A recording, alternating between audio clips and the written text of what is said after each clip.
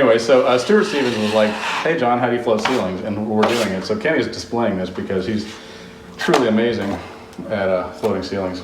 So, the thing I like to do is I like to put material on. By material, you mean roofing shingles? No, so the material that I'm using today is Argentinian clay mud. That makes sense, yeah. It looks just like your normal box store mud, but because we're special, we go all the way to Argentina, which is not... Argentina. We go all the way to Argentina, and we have to, you know, haggle with the locals and stuff like that. To buy that must cost like $1 Brazilian. Do you dig it yourself? Yeah, I can dig it myself. Yeah, but no, we hire the locals to do it because we want to, you know, Give them some work. embolden their economy and stuff. We pay them in peanuts, but but peanuts are rare over they can turn around and sell those. It's a delicacy. And I have a lot of peanut butter. So what I do is I put some material on, right? And I get some mud on my knife. Yeah. Have you got any on your face? Yeah, I do. Yeah. Probably a sign of COVID, I think. And I'll start running my material out. And then right here, start Smoothing it over. smoothing it all over. Take most of the material back off. What about stuff in the middle? The stuff in the middle is should be done by the time you're moving on to another place, because the way you drag your knife, you want to have pressure out to the side, so you don't leave lines in the middle, if that makes sense. So whenever I'm dragging my knife, I'm dragging the edge out here, so it floats in the middle, so you don't have any lines. I like it. But I feel like I've learned a lot today. yeah, the cool thing about floating ceilings is ceilings are already floating. Because they're suspended up in the air. Yeah, they're suspended up in the air. Now, if you ever hear someone say, you know, they need to float a floor, I would be really... They're heavy. And look, gravity. I'd be really... It's not just a good idea. It's the law. So I've been pretty lazy about making videos, and I want to apologize. But Stuart Stevens was asking about mudding the garage ceiling in his garage and kind of what the steps are to texture and everything. So earlier today, we did this room and the kitchen and the dining room. So this room, the kitchen, the dining room, and then all this right here. And so it was all popcorn, and we floated all that, which means that we skim coated everything and made it smooth. So that's why it looked better than it did, significantly. But now we're blowing texture. And so what you do is you mix mud up, right? Just joint compound, and you mix that with water, and then it looks all like that, like soup. So then you pour it in here, and this runs down, the air compressor shoots air through it. Oh yeah, sorry. And then it splatters all over. I mean, if you want to know the truth. It is fatiguing.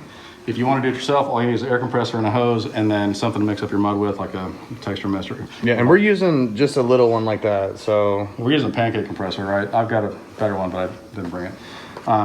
Anyway, this is how you do it. So then you just pull the trigger and aim it up there, and it splatters yuck all over the place. So that's how it works.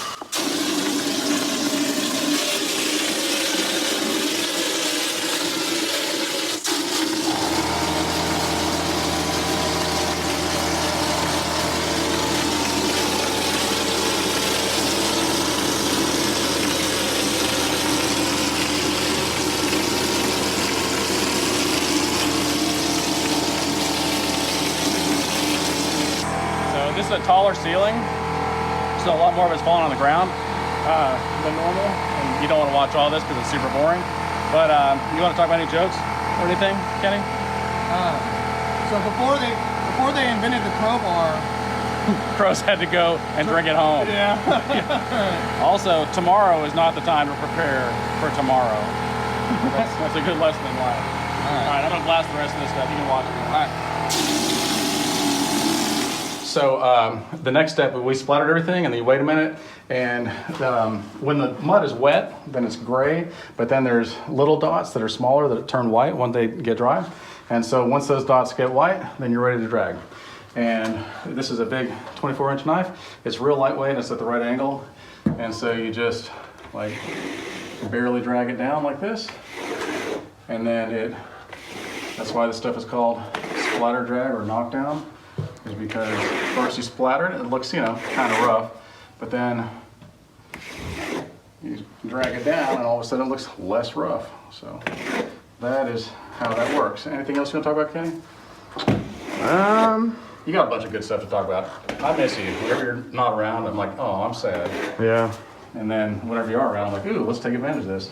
Well, I'd like to talk about how you make things sound super easy, but they're really not. True story. I remember whenever I first started doing texture and stuff like this, just so y'all know, it's not as easy as John makes it look. That hopper is extremely fatiguing. It's heavy. I mean, imagine carrying around a box of Mirko mud, but in an awkward pyramid-shaped funnel. It's about 60 pounds. Yeah, and then dragging it too is also a finesse move. I know he makes it look easy, but it's because he's been doing it for 32 years. You could literally ask John how he does something, and he'll be like, I don't know, because he just does it by muscle memory now. That's awesome. So, you know. Also true story. So, anyways. I'm like, whatever, just all you gotta do is this. People Yeah. are like, it's not that easy. This simple thing is actually a lot of muscle memory built up over years and years and years. So, anyways, that's kind of what I got to say. You got anything else? I just want to say that, you know, during this time of COVID, maybe it's time to start another business. You know, maybe find a need and fill a need. And I'm not talking about me. I got plenty of businesses. I'm tired. Right. I'm talking about other people. Because all you got to do to start a business, check this out. You buy something for less, usually in bulk, and then you add some kind of a service to it, and then you charge more for it. Like a delivery? Like whatever it is, whatever your service is, you just charge more for it. That's called profit. You got to factor in your labor and then a profit margin and a return on your investment too. So Yep. you buy tools and things, and you need to get paid back for that. You need to have enough room for overhead, which people are like, I'm a small company, I don't have overhead. I'm like, yes, you do. Yes, you do. Your you gotta truck have a- payment, your insurance payment for the truck, your internet bill, Cell phone bill, gas, clothes maintenance. you run. Yeah. These shoes are 3 days old. Yeah, clothes, maintenance on your vehicle, maintenance on your tools. That's a big one. I never hear anybody talk about maintenance on their tools. Yeah, it's a real thing, or just wearing them out. Yeah, wearing them out. So, yeah. Small But, business or not. You can do it. Dumber people than you have done it. I mean, I do it. I'm pretty stupid. I do it, and I'm pretty dumb too. I mean, look at me. Yeah, those what John's talking about are margins. So if y'all have ever heard anybody talk about margins, really it's overhead, profit, and cost to do business, which is kind of overhead, but you know, cost to do business per job is different than in general conducting your business. So I think like 95% of small businesses fail in the first year, and then another 80% of those fail within 5 years. But I think it's because people don't understand what it takes to run a business, and they're like, oh, you know, it's like being an employee. I'm like, it's not like being an employee. It's like being a business owner. well, and I also think a lot of people don't understand that just because you're a business owner doesn't mean when you go home you get to stop being a business owner. No, you're never off. Yeah, you're never off. You're gonna responsible for work. everything. Yep, you're gonna work all day on your job, and you're gonna go home and work all day on plans for another job or another deal. And you're gonna go to sleep, and while you're laying in bed, you're gonna be thinking about it. True story. And when you wake up in the morning, you're gonna be thinking about it. Also true story. And all that stuff adds years to your Well, I mean, we were laughing earlier, and I think I did actually add years to my life. Not years, but, you know, 4 minutes or Yeah. whatever it was. We were definitely laughing pretty hard, and laughter is the best medicine. We're pretty immature, so we were mostly, I'm not gonna Hold lie. on. We were Look at the laughing. way he's standing on this ladder. Yeah, don't do that, kids. Dude, what is he hanging on to there? I got like claws on my feet like a bird. That's why I don't do crow's feet, because I've already got them. Good morning. So it's a brisk October morning here in Texas. It's probably not over 90 degrees, I don't think. You think, Kanui? It's 120 degrees in here. It's definitely warmer in here, but I think outside probably not more than 90, which isn't bad for October. I mean, what, next week is Halloween. We're almost on Christmas. They've already got Christmas trees up, so that's good. So yesterday we mudded all this, and then we textured it, and it looks wonderful, and we're about to paint it, so we had to retape everything off. Kanui did a great job because he's smart, and I just sat here sipping lemonade like usual. So the question I have for you guys is, if you're dating somebody and you find yourself crying all the time, I think you seriously need to ask yourself, am I dating a human or an onion? So the experiment is, I just painted, let's just see This is a much bigger mask than I would wear like out in the world to protect me from Corona. And then there's this mask. Is there any paint up in my nose or not? Yes or no? My guess is yes. Imagine paint particles as big as this room and a coronavirus is as big as, I don't know, like this speck of dust right here. So anyway, that's why I don't believe in masks. All right. Hey there. So welcome to yet another episode of John Works Too Much. Today we already did another job this morning. Today we're going to take all this tile out. We're going to take this bathtub out. And then we are going to make a curb for a shower. We're going to put in a shower pan and then lay new tile. We're also going to put in new faucets later. That probably won't be in this episode. And put in some new lights. So I figured I'd show you something that you can learn real quick. We took the faucet off already. That's pretty simple. And the overflow. So this is your drain for your tub. This is the overflow. So what happens is if it gets too high, if the water level gets too high, then it goes down the drain. So that's an overflow. That's where your tub would stick out, or your faucet, I mean, and then those are your handles. And then up there would be where the shower is. So the way to get this out, a lot of people don't know, this tool right here, I don't even know what it's called, drain puller or fork or whatever, I don't know. But it's got this fork thing, and you put that in between, and then you just use your man muscles, hopefully you have them, and then unscrew this thing. If you don't have man muscles, I don't know what to tell you. But I guess use a tool or a cheater or something, I guess. So look at that. That's how that works, right? And this is plumber's putty right here, and then it just threads into the base shoe, and then that's now you learned something. All right. So hopefully that won't be the last thing you learn, because life is all about learning new things. You don't know everything, and neither do I, and that's how life works. All right, love you too, bye. So we got the tile out and the sheetrock out, and we got this faucet off. We haven't changed the faucet out yet, but I like to cater to all economic classes, and I don't judge anybody. So I'm gonna sell this tub that we're taking out for half off, and let me show you why. It's because it's only half a tub. It's cast iron, so we can't just take it out in one piece. Normally it's porcelain coated steel or fiberglass, which is much lighter, but this stuff is a beating. And so people are like, John, how do you cut that so precisely? Like, it looks like you cut it with a laser. And I'll tell you, it's all about having the right tools. So what I did is the homeowner had this mini sledge, and I just beat it with the sledge. And that's how you do it. And we'll get this out in a couple more minutes. And then we will go get some materials, and we're gonna build a pan, pour a pan, get the drain in, get the faucet in, get green rock up. That's what we'll do today. We got the tub out. That's great. We got it all cleaned up. Around your tub, there's usually a hole like this. Here, you can get closer. There's a hole like this, and then there's plumbing underneath it. So this is what goes underneath your plumbing, underneath your tub.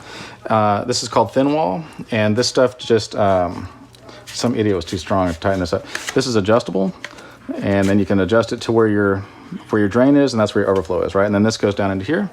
But we're doing a different kind of drain because it's a shower now. We're changing the shower. So we want the drain to look like this, but if it's right above that. So this was a tub, we're making it into a shower. Correct, yeah. So this is too close to the wall, so we don't want that. So we want to offset it. And the way that we're going to do that, That way it will run from here down over here. down to here. So the way we're going to do that is we got a 45 and another 45, and we're going to bring that in like this, right? So you're probably thinking to yourself, how's he going to cut that? Good question. I'm glad you asked. First of all, we put something in here so that we don't get a bunch of yuck in there. But now we got to get this out of the way. So if I got a Sawzall and cut this, there's not any room, and it would cut it at a shear, like an angle, right? So that's no good. But I've got this cool thing, right, which cost about $10. Can you see that? And watch this. You just put this in here.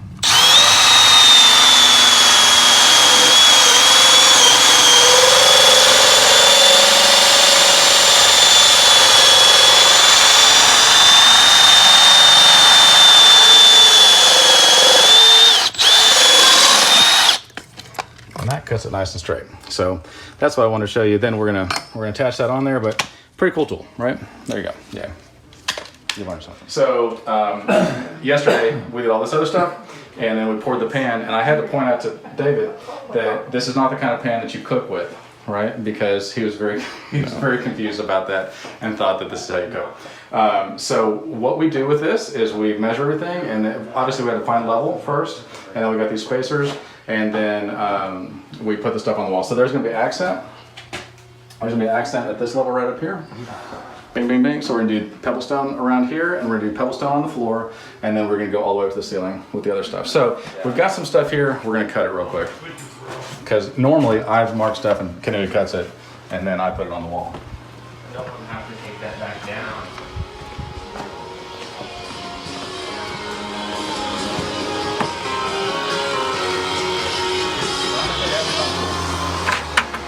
Okay, so first of all, this just means cut it straight, and the X is trash.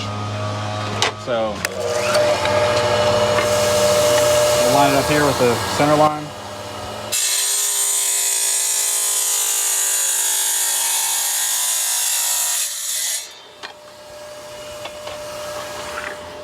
Wanna get to the other side?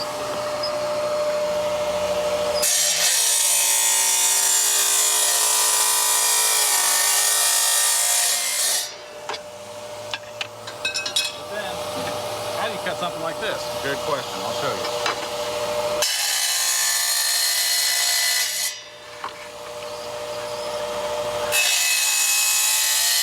You score it, right? So you come up underneath this sucker.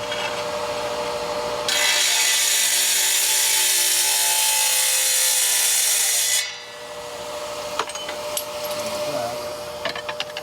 We'll do it again, just in case you're a slow learner.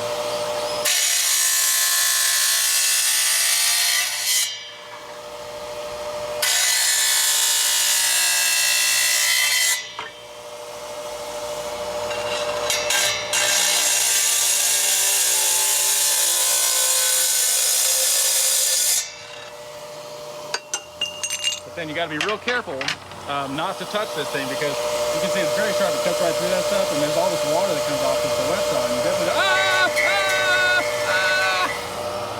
it won't cut you. I don't know why. Okay, so what we do is this is called buttering the back of them. On the floor, we just spread the mortar out on the floor and we lay it down. But on walls, it's easier to do it this way. This is thin set mortar. Okay, and so we want to come up in here and put it on the wall. And then we got these spacers. If we let go, it just slides, right? That's bad. So we're gonna put this in and put spacers in. And make sure we're all straight and whatnot. And the spacers don't fall down because you guys are watching the video right now. And then we'll do another one, okay? So then we'll do one of these over here, because why not?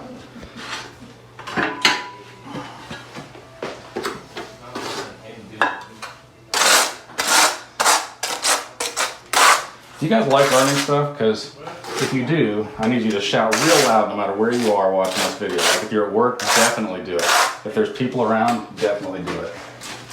Maybe you're in a church and you're watching this for some reason on your headphones. Scream real loud. Maybe you're in the doctor's office or police station. Maybe you're in jail watching it, I don't know. But definitely scream real loud if you like these videos. Or you can just like and comment and share and stuff. Your choice, but I would definitely do the screaming thing. You know what do you want to talk about? Pick any subject. Literally anything. By the way, if you guys comment on anything or have any questions, I will answer any question you have. Anything. No matter how dumb it is. I like dumb stuff. So what do you want to talk about, Kanui? What are we doing after this? Having lunch. But the other Aside thing, from lunch. aside from lunch, okay, so then the rest of the process is, here we go, hold on. The rest of the process is that we're gonna get this pebblestone stuff here in a second, and we'll put that up on as accent, so I'll do that right now. And then we're gonna grout either later on or tomorrow night, and then once we grout, then we gotta sponge it up and we're done. It's pretty simple. We're gonna go to the dump. We're gonna go back to Brooke's house and pick up some of her trash and go to the dump because we're nice people. She doesn't know that, it's a surprise. All right, so let's see one of those. This, you have to have a special tool to open them up. You could use your fingers, but I don't. So this pebblestone stuff comes on a sheet like this. There's like a mesh back or whatever, which is pretty amazing. And yeah, we're gonna put that up like this, which is gonna be a bit challenging. We might have to talk to our homeowner about cutting these things. So we'll get back with you in a minute.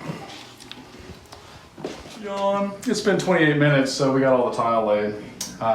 We went and put the faucet back in. We haven't put the shower head on yet because they're doing a long, like a spray shower. So we haven't done that, but this is in. We got the floor in. That drain has a protective cover, so once we grout, then we'll put the, take that off. But we'll get all this grouted. We got the pebble stone in, we got the bench in. That looks nice. And yeah, we'll grout it tomorrow, and that'll be the end of it. So, you got any jokes or anything? Oh, my face is a joke. That's clever. So, yesterday we tiled this, and now we're grouting it. So, some people don't know how to grout. It's pretty simple. You get this grout saw, and it cuts it very precisely. It's not really true. You just mush this stuff up like peanut butter or like a slushy, and then just put it in there. And that's how it works. So I'm gonna show you a little bit because it helps. You know, if I talk about this stuff, I can tell. I would say, oh, you just do this and this and this, and then I look and people are just glazing over like, I don't know what you mean, John. And so I figured it helps if you see what I mean. So while I do this, Kanui, what do you want to talk about? Any topic. Beirut. Beirut. I don't watch the news. All right, next topic. Donald Trump. Oh gosh. Can we avoid okay, whatever. Donald Trump. I don't really watch the news. I don't vote. I don't care. Me either. All right, let's move on to another topic. All right, what are we doing after this? After this, we're gonna put in a couple lights over there. Then Right here? over there, yeah. We're gonna change these to LEDs. We're gonna adjust a door in the other room, and then this job is done. And then we're gonna go to another job and get set up for tomorrow. But Nothing crazy today. no, it's a real easy day. Real easy. Anything else we want to talk about? And I tell you a joke about COVID, but I really don't think you're gonna get it. Yeah. Yeah.